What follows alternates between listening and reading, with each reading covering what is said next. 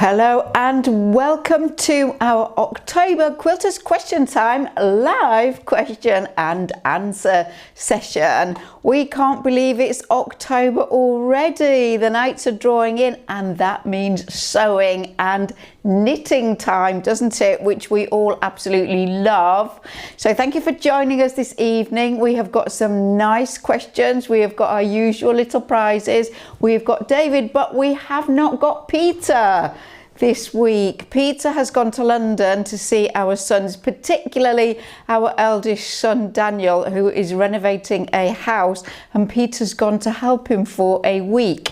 But he sends his love to you all and says to say hello, and he was wondering how we were going to actually manage to draw the two numbers out for the prize draw. It's actually quite easy. I think I can manage that without Peter. But anyway, lovely to see you all. I'm going to pass you over to David so that he can welcome you. And then I can tell you what this month's little prize draw is. Hi everybody, so Margaret Sherwood, you were the first on the feed tonight to say hello. Lots of people here about quarter of an hour early today, so well done you guys. Susan Jenkins says that she's logged in early in case she just carries on sewing and forgets to join in and gets distracted. Patricia Curtis, Elizabeth Radabow, I think Patricia, I think you've got a question. Elizabeth, I think you've definitely got a question. Deborina Dale, Jane, Chris Dobson, Maren, you've got a question today. Angela, Ann Church from Boise, Idaho, Susan Biggs from Hertfordshire. Lots of people saying hello. Hopefully that you can hear us all loud and clear, and we will get on with the draw and the questions. So what have I got for you? Well, I have Christmas themed gifts today. So the first one is a little red wood. It's actually a front of a cushion and it's got Merry Christmas and a really cute little robin on it. I think David's got a picture that he can actually show you. He's just going to do that now. Now, as he's finding that, these are two kits. There is also another one which I'll show you in a mo, from Daisy Chain Designs, and a good friend of mine, Sue, and one has been designed by a lady called Gail and another by a lady called Sue, both very talented.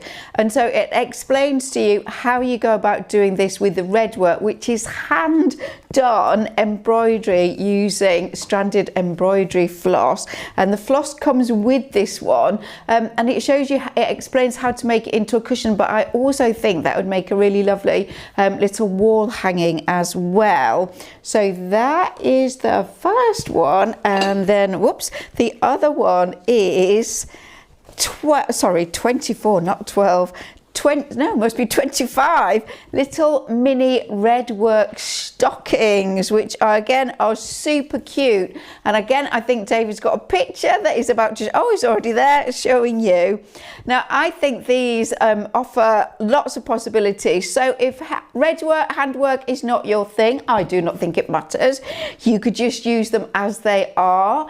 You could colour them in with some fabric paints or fabric crayons, or test a little bit on this on a spare bit first just to check that the colour doesn't run, but you don't have to spend ages actually stitching if you don't want to. You could use something like Inktense crayons, which work really beautifully and are easy to use. So lots of ways that you could actually enhance them if you wanted to. And yes, you could make them into little stockings, so they could be hung on a tree, something like that. I quite like the idea of having some kind of ribbon or some kind of hanging system and buying those tiny little pegs, you know, those tiny little pegs that you can buy and pegging them onto something instead of sewing a loop into them.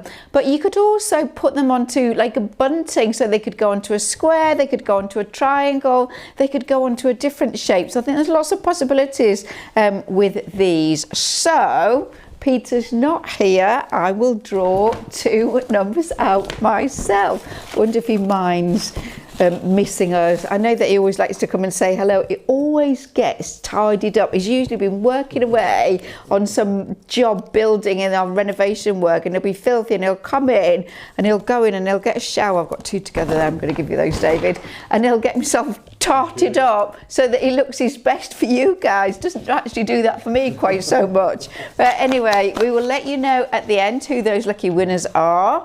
And then now we will go to question number 1. Okay, thank you, Philippa. So the first question is from Chris Dobson. And Chris, you've already said hello, so I know you are watching. And there's an image that goes with this, which hopefully I have got teed up. There we are. It's quite a small image, so hopefully you can see what's going on there, the detail. In fact, it's a big picture of a very small image, I think. Chris says, I need to piece the centre of this square block and wonder if you have any advice about how best to do it, please, Philippa. I'm not sure whether EPP or machine piecing would be the most suitable. The problem is that the finished block only measures a fraction over 3/4 of an inch. Thank you for your help. Always excellent advice and much appreciated. Now, Philippa, I know you are the miniature expert, but I think this is going to be an interesting one. What do you think? So thank you for carrying on with our red and white theme there, Chris, which is very clever of you. How did you know? Now, can I just say that the entire image there is not 3/4 of an inch or 2 centimetres. It's that little section in the middle, the star in a circle in a square. That's the bit that is 3/4 of an inch. Because can you imagine if the whole thing was that size, it would be certainly a struggle. Now, I imagine that this is a pattern and that there are some instructions that came with the pattern. And so I'm interested to really know what is said in terms of the pattern instructions. But what I think is, I mean, if I was doing this, I would be trying out different methods. I wouldn't be expecting to make this once and get it right first time. And the good news of that is you're not going to waste a lot of fabric, are you, if you do it 2 or 3 times? I mean, I would expect to do it 2 or 3 times. And so I might, for me personally, I would probably make little freezer paper templates, and I would be sewing it together on my regular sewing machine using incredibly fine threads. I'll be using the silk thread, 100 weight kimono silk, top and bottom probably, and a very fine needle and a short stitch length. I think your fabric is your biggest, kind of most important factor here. You need a very fine, lightweight fabric. So you want something like a cotton lawn. If you are using a regular, not very tightly woven quilting cotton, you're just going to have so much bulk there. So I would probably make freezer paper templates, and I would be sewing it, cutting it out with the template of the exact size, and then adding 1/4 of an inch all the way around in the same way as I do in the curved piecing classes. You've got a couple of those, one in season 1 and one in season 2. But we do have some miniature, we do have a miniature quilt class, so there's lots of information there about threads and that kind of thing.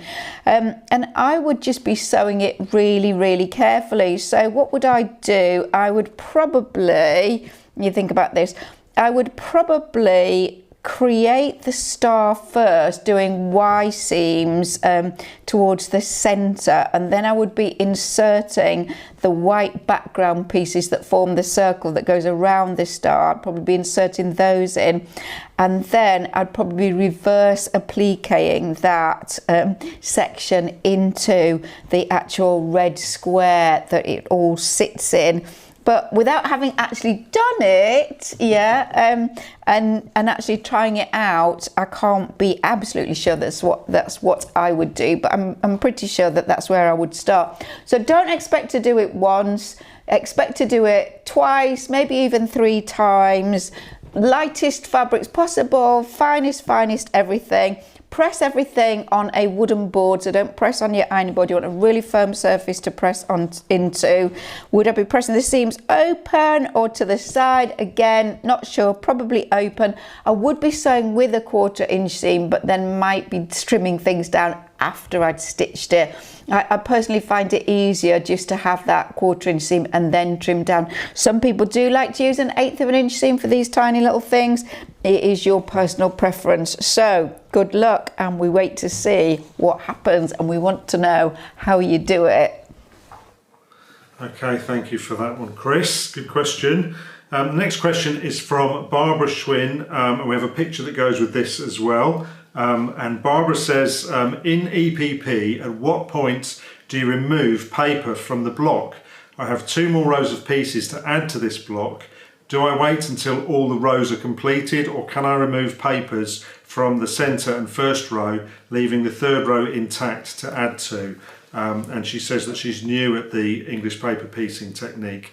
Thank you, and that's Barbara Schwinn. What do we think, Philippa? So Barbara, it's looking marvellous. Really nice colour choices. You've got nice contrast there. You can really see your patterning and nice fussy cutting for your central section of your block there.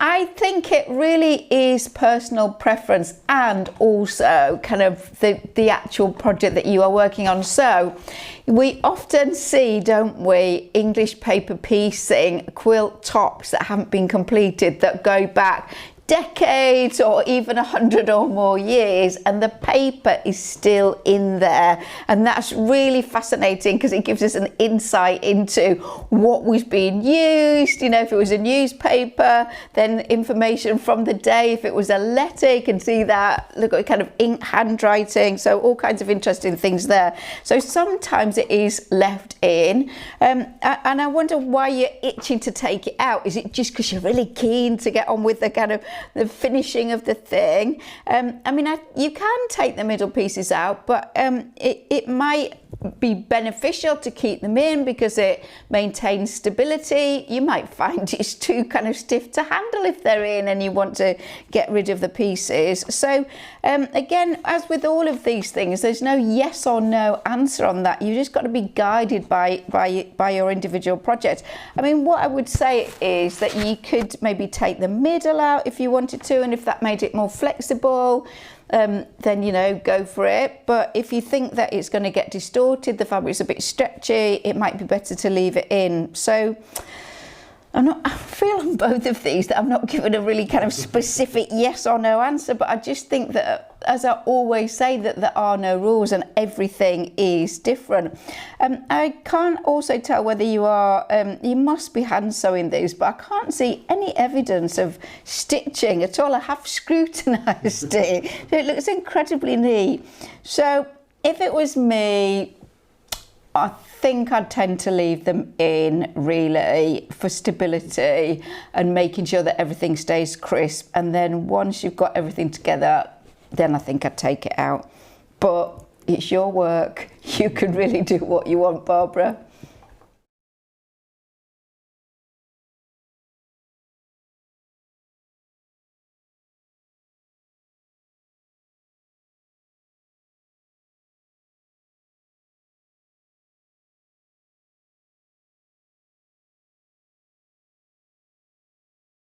Of needlework, and it is incredibly prestigious, and it is an organisation that has been on the go for I don't know how long, but a very long time. I know when I was a child, my dad approached the Royal School of Needlework to see if I could get a place there, and they told him I was too young and to come back in about 5 years or something, which he never did. But anyway, they tend to, well, it's generally hand embroidery, often ecclesiastical embroidery on gold work and black work and very traditional embroidery styles, and the type of work tends to be more traditional in its design, but it's incredibly high quality work. They do run courses. They are based at Hampton Court in London, which was one of Henry VIII's palaces, but now they also do online courses, and they also do some courses, day courses, short courses in other places in the UK. So Durham, which is in the north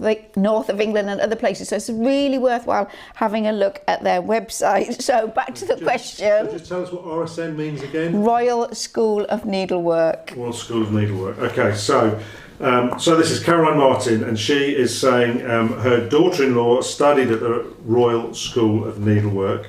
So she's had some training, let's put it that way. And Caroline asked her for a recommendation for a thimble for ladder stitch, which, as many of you will know, is Philippa's favourite stitch. At least you can tell us whether it is or not, but it always used to be.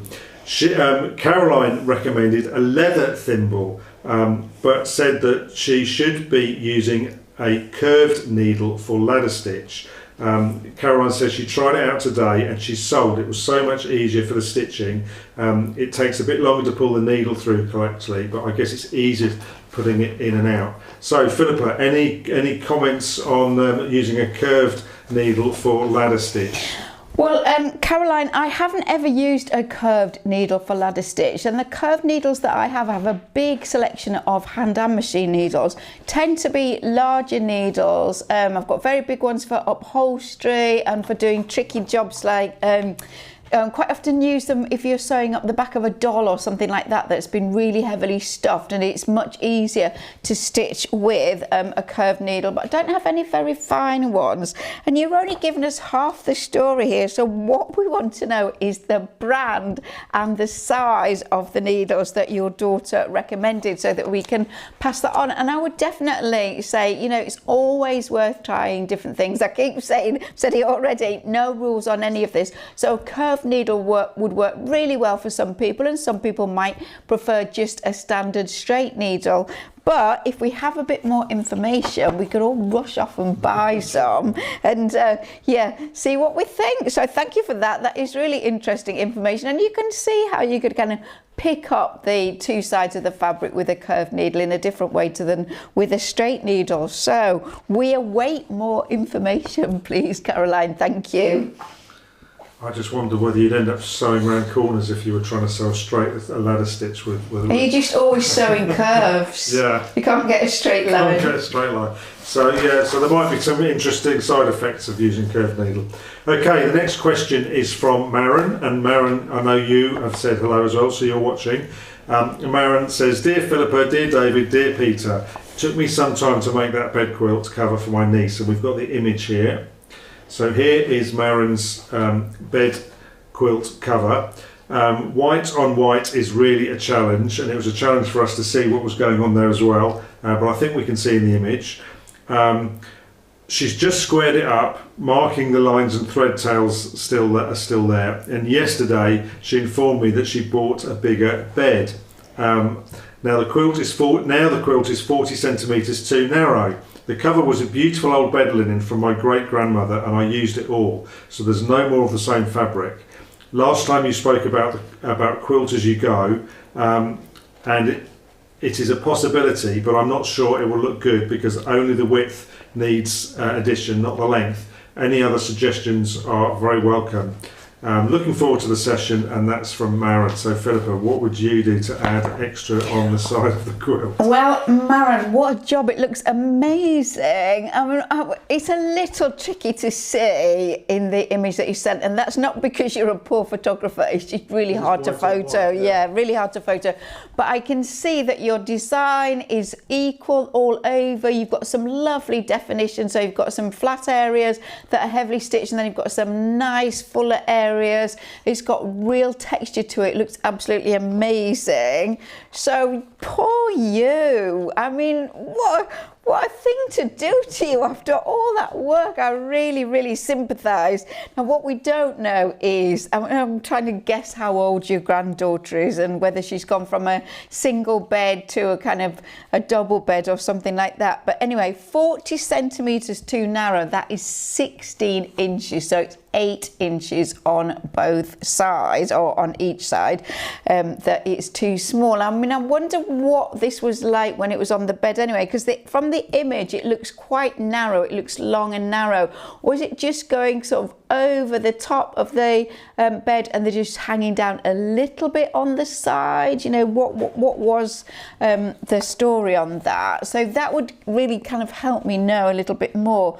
Now, what I imagine is that this is a very special piece of work, and that I feel it's going to be more decorative than actually functional, because if it's your granddaughter and she's only, I don't know, 18, 19, 20, something like that, you know, it's going to need washing fairly often, isn't it? So it might be that it doesn't particularly need to be super functional. And I'd be interested to know where it actually sits on the new bed, because if it covers the top of the bed, is that enough? Is it just a beautiful thing in its own right? Does it actually need to go over the side? So that is the first thing I'm going to say to you. But I do have some other suggestions.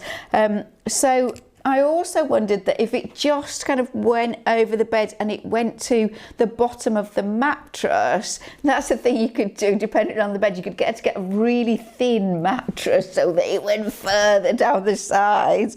But if it just went to the bottom of the mattress, could you make a lovely valance to go on the bed instead? So something with mainly a white background, that you made a valance. I think it's a bed skirt. I think maybe in America, I'm not quite sure, but anyway, it goes over the base of the bed, and then you have a frill or a pleated something that goes around the edge. I would tend to gather it so that from the bottom of the mattress you get a lovely gathered valance. They are very fashionable at the moment, so that is a possibility, and that would kind of finish the bed off and finish dressing the bed, wouldn't it? So I do think that's a possibility. I have made quite a number of valances over the years, and in the 80s and 90s they were really popular, and they are definitely back again, and they're great for hiding stuff that you are storing under the bed. So yeah, I am about to make one for a bed downstairs, in the flat downstairs. But my other thing is, yes, quilt as you go, which would be adding a strip on both sides. Now, I just wonder how long is she going to have this bed, and is she likely to buy a bigger bed in a few years' time? Because I think that I might not try to make it the same. So what I might do with that is get a fabric of a colour background that is similar, but I might put some applique on the two side pieces. So 8 inches finished, what was that, 20 centimetres, and then but the applique be in pastel shades, so that it wasn't a big jump from what you've got. And you could maybe take some of the elements that you've used in your quilting design and repeat those as very gentle, subtle applique on the side. That would also still work with a valance. So you could have your valance, and you could have a lovely little kind of ditzy floral print, and you could find a pastel, so white background with a little pink and blue and lilac and things like that, and that could make a lovely frilled valance. And then your applique, very soft gentle applique, could go on the side pieces, so that you got this kind of graduation and it all tied together in a beautiful way. So I think a little bit more kind of investigation of what's actually happening with the bed, how she's going to use the bed, and what the bed's actually like, etc., and actually put it on the bed and see where it actually sits before you go ahead and make any decisions on what you're going to do with it. But it's all completely salvageable, and I think that it is an opportunity for more creative expression, which you are so keen, do so much great work that I know you will come up with the right thing. And again, we'd love to hear what you decide to do.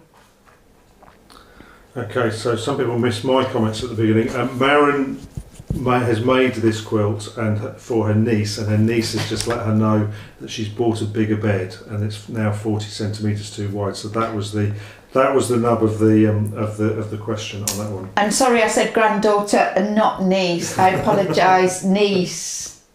Okay, so next question, hopefully you can hear me, is Patricia Jenkins. And we have I'll pull the image up for this one in a second.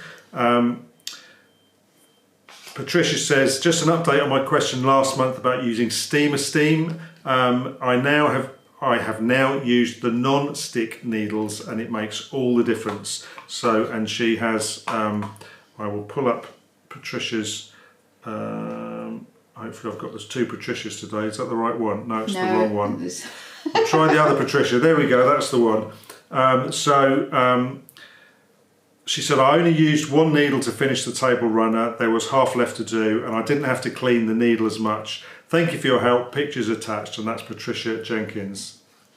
So Patricia, you have worked really hard to get that done since we spoke last. That's amazing, because there's a lot of work in all of that applique with all those beautiful little fun snowmen and all those trees and various other things that are in that. So it looks fantastic.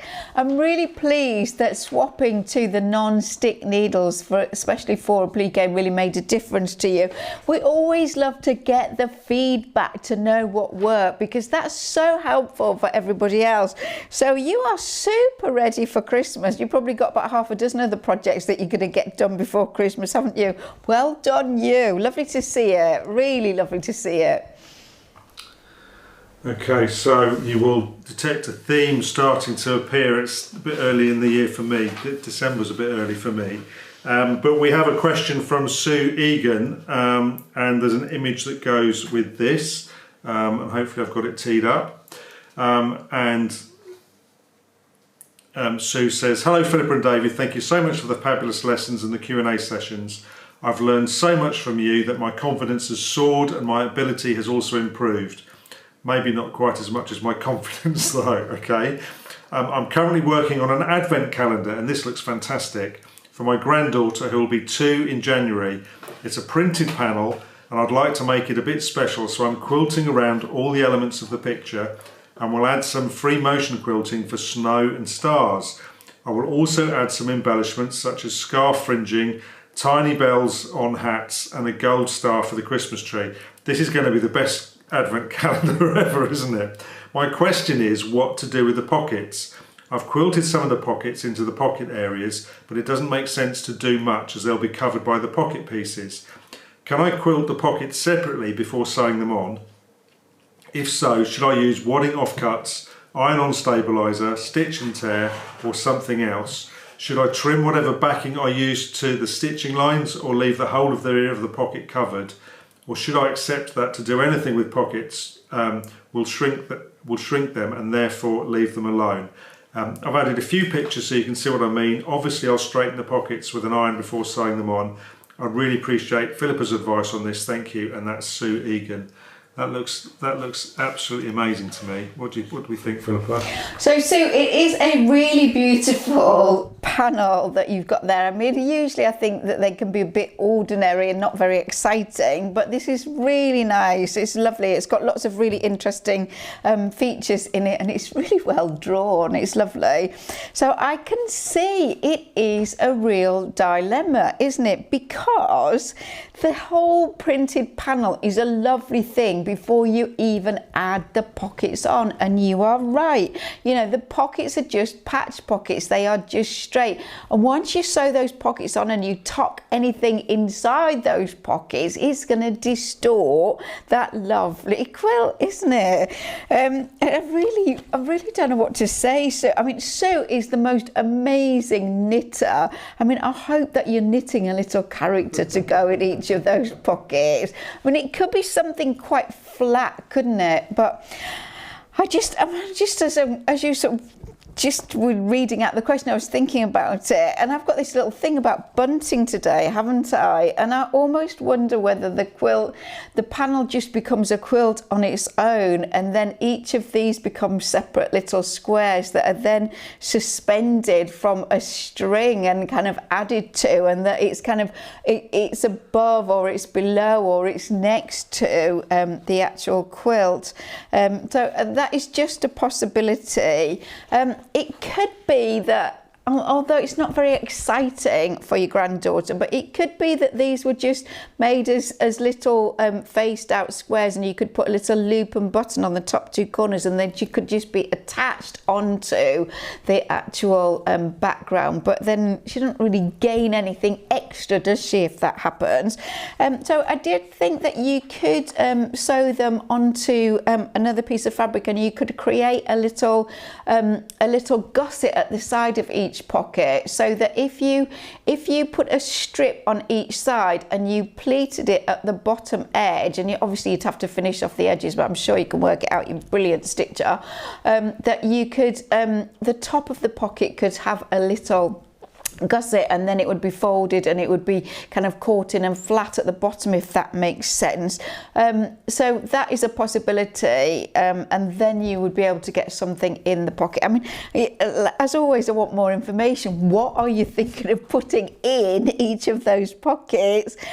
So I think a gusset is a possibility. I think you could just sew them on straight with a minimal amount of quilting, but your embellishments sound fantastic, and you could put something fairly flat inside each of them, that you could just make them as some kind of bunting, that, you know, again, those little pegs or buttons that you just added another one to the string every day before Christmas. I'm just trying to think if anything else comes to mind before the end of this session. I will I'll mention it, but you're just such a good stitcher and knitter. You'll come up with something amazing, but I can see the dilemma there. Okay, so some interesting options there from Philippa. Ali P has suggested for the white quilt that's not wide enough, could you turn it around 90 degrees and just use it for decoration, so that it just covers over half the bed at the bottom or something, and then it would hang over the side. So that sounds like an interesting idea to me. Okay, the next question is from Nava. And Nava says, "Hi Philippa, my question is, what wadding or batting can I use for a large applique quilt?" And that's from Nava. So Nava, a large applique quilt. You haven't told us very much about it, but you can use any wadding that you really like. So if it's for a bed and you want it to be nice and drapey and you're not going to wash it very often, you know, it's just more decorative, you might consider a wool wadding, particularly if you were going to hand quilt it. If you want something that is a little bit more rigid, maybe it's going to be a wall hanging, maybe it's not going to drape over a bed, you could use a 100% cotton wadding. That's easier. If you are going to machine quilt it, you could use a mix of polyester or cotton. You could use absolutely anything. So I think that your main kind of question that you need to ask yourself is, what is this quilt going to be used for? Does it want to be soft and drapeable, in which case you need a soft drapeable wadding? Is it going to be a wall hanging? Then it needs something more substantial. Also, whether you're going to hand or machine quilt it, because obviously a softer wadding is going to be easier to needle than a more substantial cotton one. So the world is your oyster. Answer yourself those questions and you should come up with the right choice. Okay, thank you. Right, the next question is from Linda Witten, and there's an image that goes with this. Linda says, "I've completed a Quiltworks pattern that has lots of points radiating from the centre, and I want to enhance this with silver metallic thread." So hopefully this is the quilt. So she's completed this already. She's attached a photo of the quilt top marked up and ready for quilting.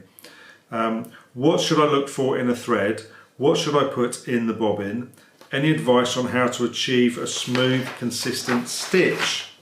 I'm going to stitch in the ditch all around the points on the main spikes. Would you match the thread there to the fabric or use the silver throughout? Big hugs and thanks, and that's from Linda Witten. Hello Linda, now you might remember a few months back I was sent various gifts, and Linda is the lady who made me my emotional support chicken. And if Peter was here, I would send him off upstairs to my studio where my chicken lives and get him to bring it down so that you could have another look at my lovely chicken. And Linda and I were in Saudi together many years ago. It is 21 years since I left Saudi Arabia, so we go back a long way. So Linda, your quilt looks absolutely fabulous. All the colours are gorgeous. You look like you've done the most amazing job with it. I bet you're really pleased with it. And your quilting lines also look fantastic because they are radiating from the outside in, and they really help to draw your eye in and give the work dramatic movement. Excellent. So there are several aspects to this question which I must answer, and I feel compelled to give you the most complete answer that I can possibly give you, since you spent all that time making me that lovely chicken. Yeah, so if you want a really, really, really explicit answer, a chicken is required. Right, okay, so she's completed it with lots of points radiating out from the centre, and she's going to enhance with metallic thread. So let's just talk about metallic thread. I mean, there are lots of different ones on the market, and I have used them over the years, but it isn't something that I use very often, and there are always new developments in metallic threads, and there'll be threads out there that have been developed that I haven't tried. So I know it might seem like a little bit of an expense, but it might be worthwhile getting 1 or 2 different metallic threads just to see what they look like. And I would be trying them out and just seeing how they perform on a scrap sandwich that is made up of the fabric, the black fabric that you've used in your background, and the same wadding and hopefully the same backing. So Superior Threads do lots, but lots of companies do beautiful metallic threads. But I definitely think you need a metallic needle specifically for metallic threads, which has a larger eye and a different groove, and it really helps to prevent shredding because there's less friction of the thread as it goes through the needle. Okay, and again, size wise, you might be wise to get a mixed packet, or certainly I'd be trying a 70, but you might need to go up to an 80. You're just going to have to try and see. So your metallic thread in the top, and I would tend to use Superior Threads bottom line in the bobbin, and I think that the best thing to do is to use a kind of a grey thread that matches, looks pretty good with your silver coloured thread, because if you're using black or something else, then you might get a little dot if your tension's not spot on. Okay, you might loosen your top tension slightly as well, and I wouldn't have your stitch length too short. 3.5, something like that. You're going to do this with your feed dog's raised, so you might find it's easier with your walking foot, and you're going to have to experiment as to whether you do all of your rows sewing in the same direction or whether you do change directions. If you change directions, you sew one way and then the other way, you can sometimes get roping. My tendency would be to work from the center out. That's what I would tend to do. What else would I say on that? You might also get something if you're having problems like Sewer's Aid, which is a silicone lubricant which you get in a little bottle, and you put a little line down your metallic thread and it helps it to glide through the sewing machine. You may not need it, it won't stain anything, it can be useful.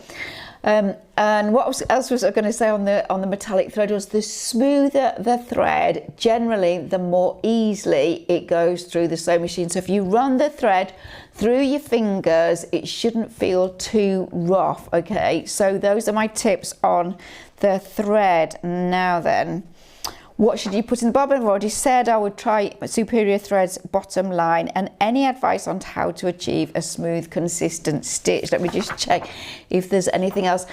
If you are doing regular straight stitch with your feed dogs raised and you've got quite a lot of seams there, what you can find with a big piece is that the foot kind of sticks where you've got a lot of seams because there's bulk there. Okay, so you do want to try and have the work really supported so that it's not dragging down, and that you keep adjusting it and keep it light so that it will feed through the sewing machine really easily as you are sewing through it. And the only other thing that I think I need to say is when you are actually stitching around in the ditch, I would not be using the metallic thread for that. The in the ditch, the whole kind of idea of that is to anchor things, and it will just make your star shape and your points a little bit more defined. And so really that wants to be discreet, and I would be doing that with black thread. And again, I would probably be using bottom line in the bobbin and Superior Threads kimono silk in the top. Again, don't have the stitch length too small. I think that If you try to do it in silver thread, it's probably just going to end up looking a bit messy. It's not going to define things as well as it should. I'm not sure that it's going to enhance anything. And you have to be super good at in the ditch stitching to get it absolutely perfectly where you want it in the ditch, so that if you do use black thread, you're much more likely to make it discreet and just do the job that it needs to do, which is hold the layers together and enhance the shape. So hopefully those are tips that will be useful to you, and I'm sending big hugs back. Thank you very much for that, Linda. Okay, we have a couple of comments. Lots of interest in the advent calendar. I thought there might be. I thought it was going to spark some thoughts from people. Sue Egan, whose question it was, says the gusset sounds like a fabulous idea. And she's also talked about slitting across the top and putting the pocket behind and then binding the pocket tops, which sounds like an interesting idea. And she says there's definitely lots of knitting going on. Oh, I can imagine. For Christmas.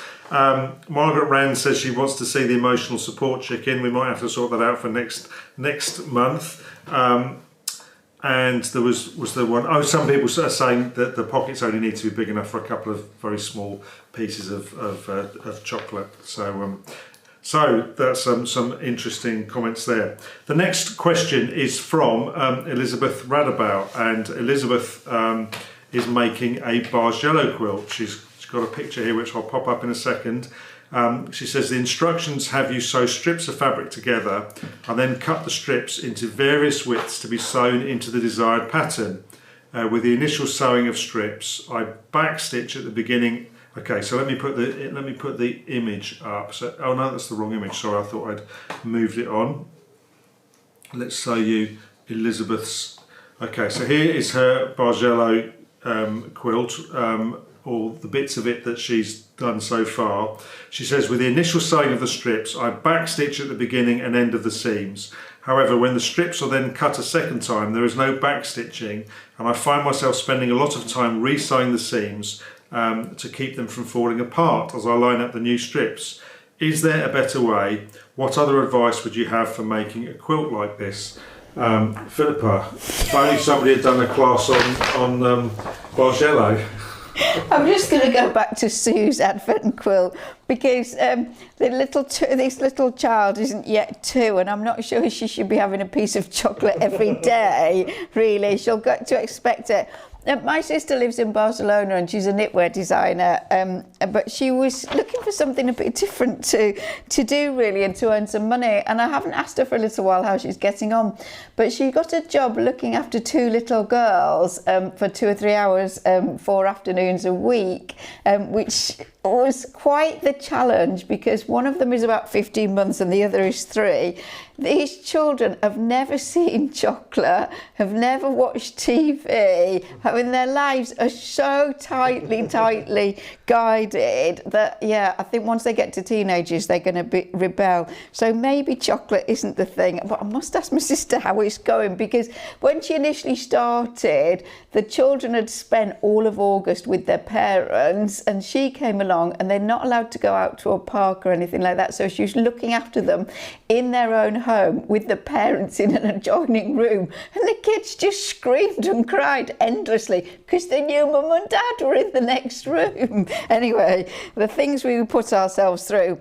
Right, so Elizabeth, there is a whole class on Bargello with lots of tips that you might find useful, and we do actually know you've got it in your library because we had a look. So there isn't really another way of doing this, in that you have to sew your strips and then you have to cut through them in order to get the sections that you need, and it means that you don't know where you're going to cut. It's impossible to put a little back stitch in everywhere you're going to cut. You just don't know. So I think that the trick is, you can reduce your stitch size. you have to handle it as little as possible, really. So the more handling it gets, the more those seams are likely to come undone. I mean, if you look at the class, you will see there are some occasions where I do a line of stitching to help stop things getting unraveling or coming apart, as it were. But so I think one of the things to do is really break down into sections the joining of the strips. So you might join strip 1 and 2, set that to one side. You might then join strip 3 and 4, and then you could then join 2 and 3 to 3 and 4, and then set that to one side, and then join strip 5 and 6 and 7 and 8, and then put those together. Can you see? So that you're not adding on to the bigger piece all the time. You're breaking it down into smaller sections so that you can minimize the amount of handling it gets. But I would thoroughly suggest you have a good look at the class and pick up some of those tips from the class in a little bit more detail. Your quilt looks amazing. It's going to look really, really beautiful when you've got it done. And of course, we would like to have a bit of feedback on how you got on, and we would love to see the finished quilt when you get it done. Okay, thank you, Elizabeth. So hopefully, if you get a chance to watch the class, there'll be lots of information in there. The next question is from Pam Runyon, and Pam says, do you schedule time for sewing like a job? This is the hardest part of retirement. Snatching time to escape to my sewing room seems selfish. You've heard it over and over, but this is for Philippa, but I will miss your precision and passion for stitching. Your personality has made my quilting journey so much more pleasant. Life is short, enjoy retirement, stitch some and remember us all. We will remember you. And that's from Pam Runyon. Pam, that is so sweet of you. I mean, I'm not, you've got access to the end of 2028. You can listen to me droning on in your sewing room for 3 more years. So we'll still be out there. But yeah, no, it is it's really kind of you. Of course, I'm not going to forget you. How can I possibly forget all of you? Yeah, absolutely. You've been such a big part of my sewing career that it's all been very lovely. The relationships that have built with all of you and all the feedback and the community has been absolutely the highlight of the whole thing. So, and it doesn't finish for another 3 years plus, so yeah, make the most of it. Anyway, do I schedule time for sewing like a job? It's really funny that you should say this, because I found a little thing on Instagram yesterday, and it's this lady, and she's American. Apparently she does loads of little things, but anyway, she's sat at the table like this, and she gets her diary out, and she sort of says, How do you manage once you are retired? Should you ever get up on a Monday morning and wonder how you're going to fit it all in? And she's looking at her diary. She says, I've got a hair appointment at Wednesday at 2. Breathe.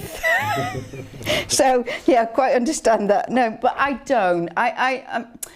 I haven't really done a lot of sewing for quite a while, really. I mean, as you know, I haven't made an exhibition quilt since 2018, which was before we started Quilters Question Time, and I haven't managed to get back to that. And we're currently doing this renovation thing. I am doing quite a lot of knitting at the moment, because I can do that in the evenings. I'll tell you what I've spent the last week doing. Well, I live in a terraced house, and so there are 4 houses in the terrace, and there is a passageway between each of the houses. And the passageway, the house dates from 1864. We've had all this building work going on. We've had a mini digger and the mini dumper truck going up and down, up and down, up and down the passageway. And the passageway was fairly level, but it ended up being like that. Peter and I have completely relaid it. It's taken us absolutely forever, and I have been, for the last about, I don't know how many days, I have been repointing and mortaring the passageway, and I've been using, you'd be so proud of me, it's got quarry tiles, lots and lots of tiles. We've reused old tiles, and we've got some other old ones that we've reused, but I have been using ground up natural red oxide colouring in my mortar so that it's all really uniform. It is a thing of beauty. I'm so pleased with it, absolutely love it. So for me, in a sense, as long as I'm doing something creative, I'm kind of happy with it really. But what I don't ever have a problem in terms of if there is something that I want to do, I will make time to do it, and I will kind of do it exclusively until it is completed. And there were little saying that the family had, it was the Three Amigos, the film, some of you will know, there's a saying in that, "Sow like the wind, little mother." And when I used to be making exhibition quilts and the kids were still at home and we'd have our evening meal and we'd all be sat around, it'd be sort of 7 o'clock or something like that, and I'd say, right, I'll go back to work, and I would work from 7 to 11 or 12 or something like that. And as I left and went up the stairs, they would go, "Sow like the wind, little mother." And they still say that to me. In fact, that's what it says on my screen when I switch my sewing machine on. So I think it's not selfish to go to your sewing room and sew. It's you do whatever brings you joy, and if you are lucky enough to be retired, it means that, you know, you've had a long and busy working career, bringing up children, whatever you've been doing, and you've got to carve out this bit of time for yourself, because none of us are here forever, and you absolutely have to pack it all in, because you, in my opinion, you are only here once. Don't feel guilty about it. Get out there and enjoy it. Do the things that you love as well as the things that you have to do. Make time for it. It's really important. Okay, thank you. Right, so the next question is from Belinda Bullard, and Belinda asked some questions back in July of this year that Philippa answered about quilting, and at that time Belinda mentioned that she was making 8 quilts for her grandchildren for Christmas. And Philippa said she'd love to see them. Well, Belinda has sent the picture in, so I can show you it here. So this is a selection of her quilts. The one on the left-hand side is of the pattern that she used for all the quilts, and then the middle one at the top is all of the quilts, left to right, blue, green, purple. So they've all got a theme.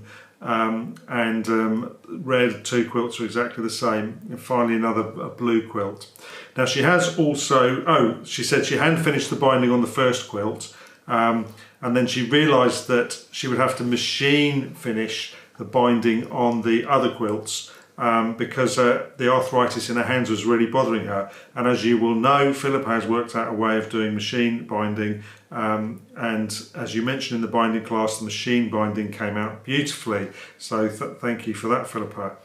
Now she's also included pictures of the straw purse quilt, which is the one on the bottom right, and she said it got first place in her local county fair, and as she was a new quilter, it was a wonderful surprise. So, says Belinda, back to my questions. First, I use a baby lock domestic machine with a needle down function. How do I stop a line of quilting that is neat and clean without several backtracking stitches? And if we look at the close-up that she sent through here, we can just see there's some backtracking of the stitches on the, well, I'll let Philippa explain exactly where it is when we get there. I'm having trouble knowing how to have a beautiful endpoint on a line of quilting. And then she says she loves the piping on all the grandkids' quilts. It adds so much character. On the straw purse quilt, she used a lot of piping around the petals and for the stems. So is it advisable to have piping on a quilt that is faced? Would you do that? So those are the questions, Philippa. We can come back to the images, but I'll put you on the camera for now. What do we think?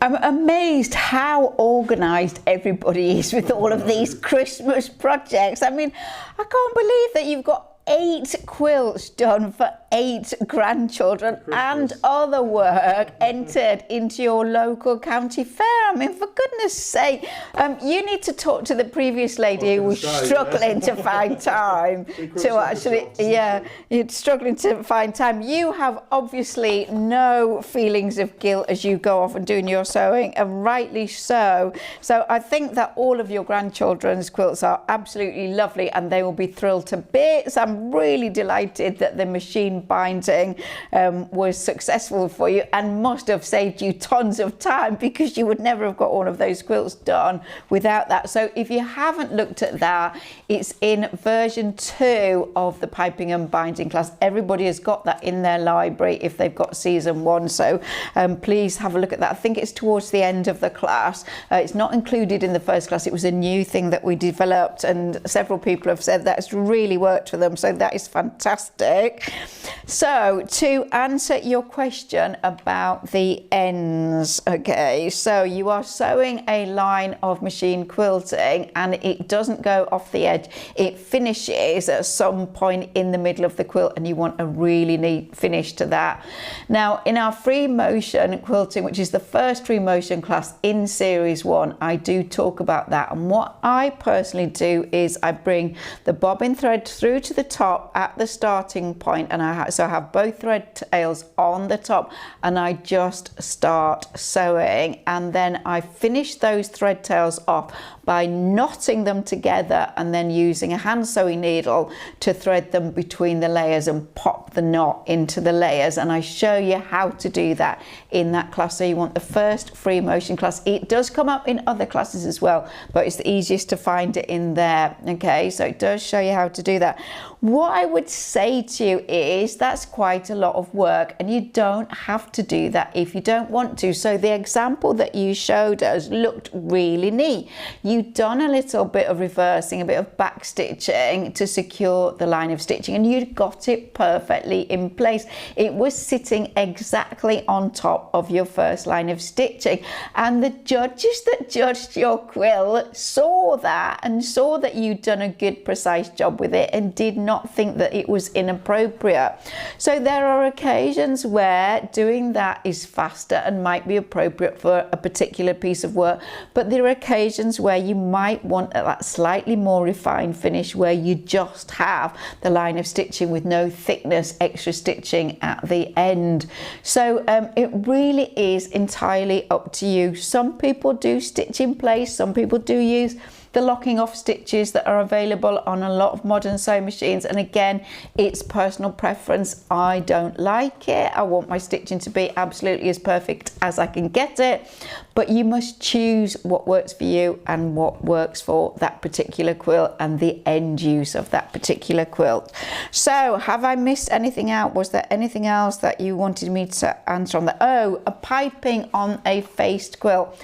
I would tend not to pipe a faced quilt because the reason for putting the facing on a quilt is it's as if the raw edges were just turned under and there was no framework around it. So that if it was a pictorial quilt, a landscape, something like that, you know, it does look like a snapshot of a landscape or whatever. It is not encased in a binding.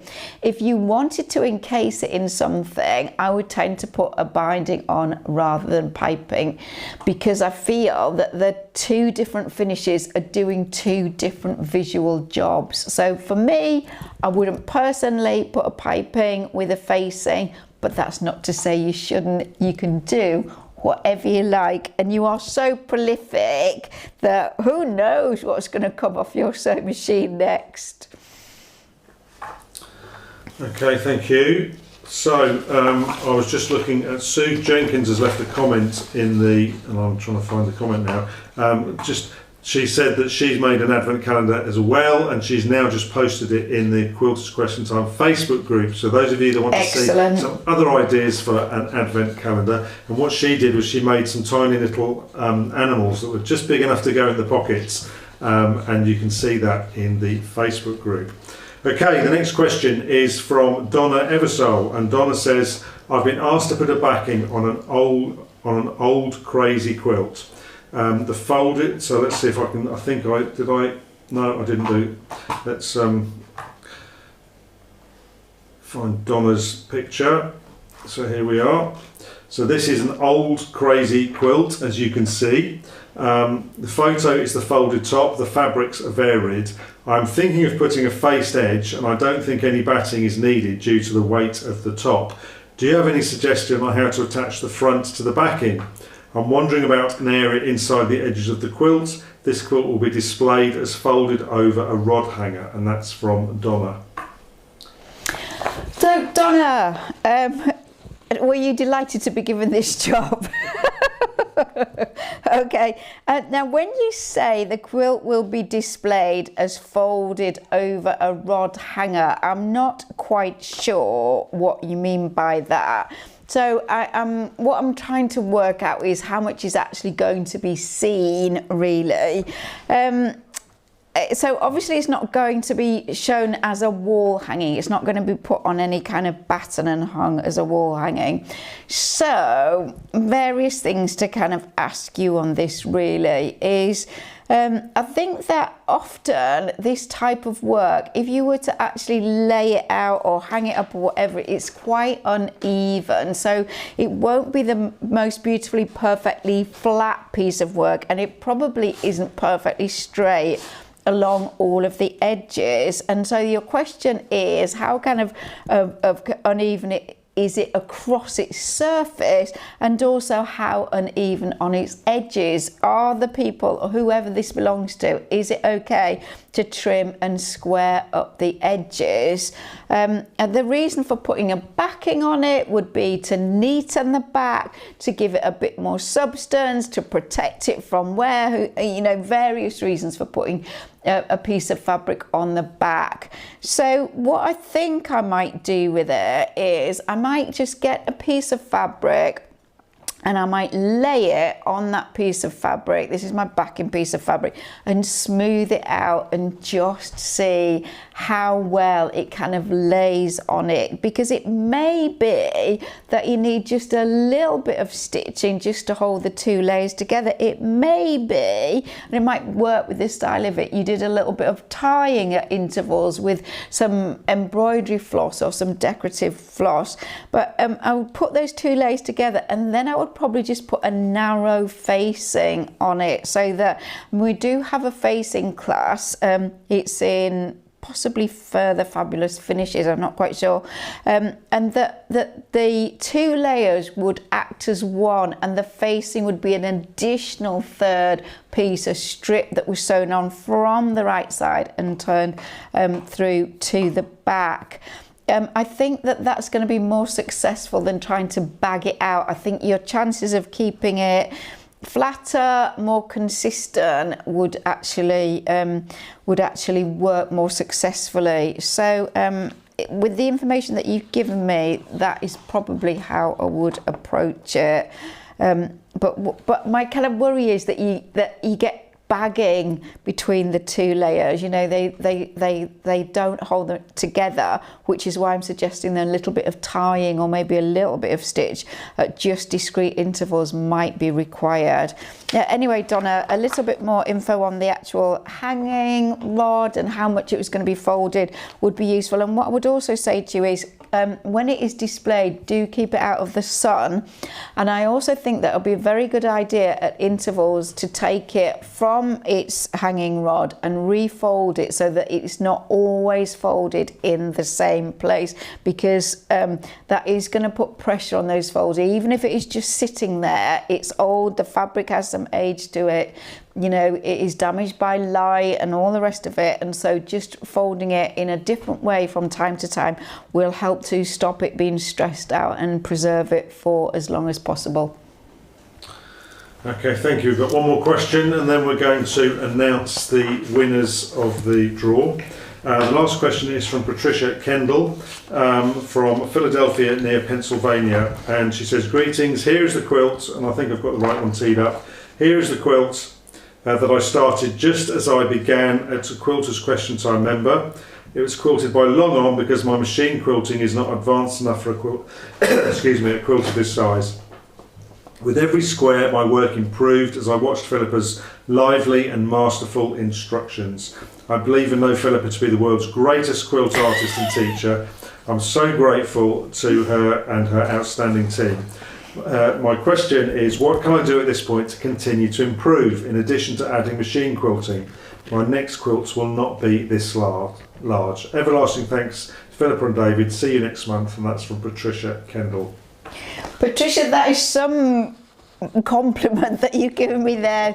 It's extremely kind of you. Thank you very much. But I'm delighted to hear that you feel that your skills have really improved because of the classes. But I'm also thrilled to bits to see your quilt. It's absolutely amazing. I mean, it is beautifully stitched. Your choices of fabric are outstanding. It's really clever, that little bit of print that you've got going around that central red square. It's just that unexpected little thing that you always want to see in a quilt, and just gives a perfect finish to it. What it does is it kind of, the whole thing is very strong in terms of its diagonal lines, but what that little printed square does is take your eye up and down the piece. It adds a regular grid to that horizontal line. It is absolutely masterful, and also it is incredibly square in terms of really straight edges and beautiful square corners. So that does not look like a beginner quilter's quilt. It looks fantastic. There is nothing wrong with sending your quilt out to have it long armed. You do whatever works for you. The long armers want your business, you know. They're very happy to take your quilts, and sometimes it is absolutely appropriate, especially for something like this where you need an overall design that is going to enhance but not detract from the piece. You know, there's a great uniformity to the patterning and the design of the actual piecing, and you want that to be continued in the quilting, which is what the long armers can easily offer you. So you need to just keep working through all of the classes, and I just think it's incredibly valid to work through all of the classes, even if there are things you think that you're perhaps not very interested in. It is amazing how many times we hear people say, well, I did the class, I didn't think I was going to really be interested in this, and I really enjoyed it and I've really learnt things. They are designed to build your skills in a whole variety of things, so not just your piecing, applique, finishing, free motion, all kinds of things.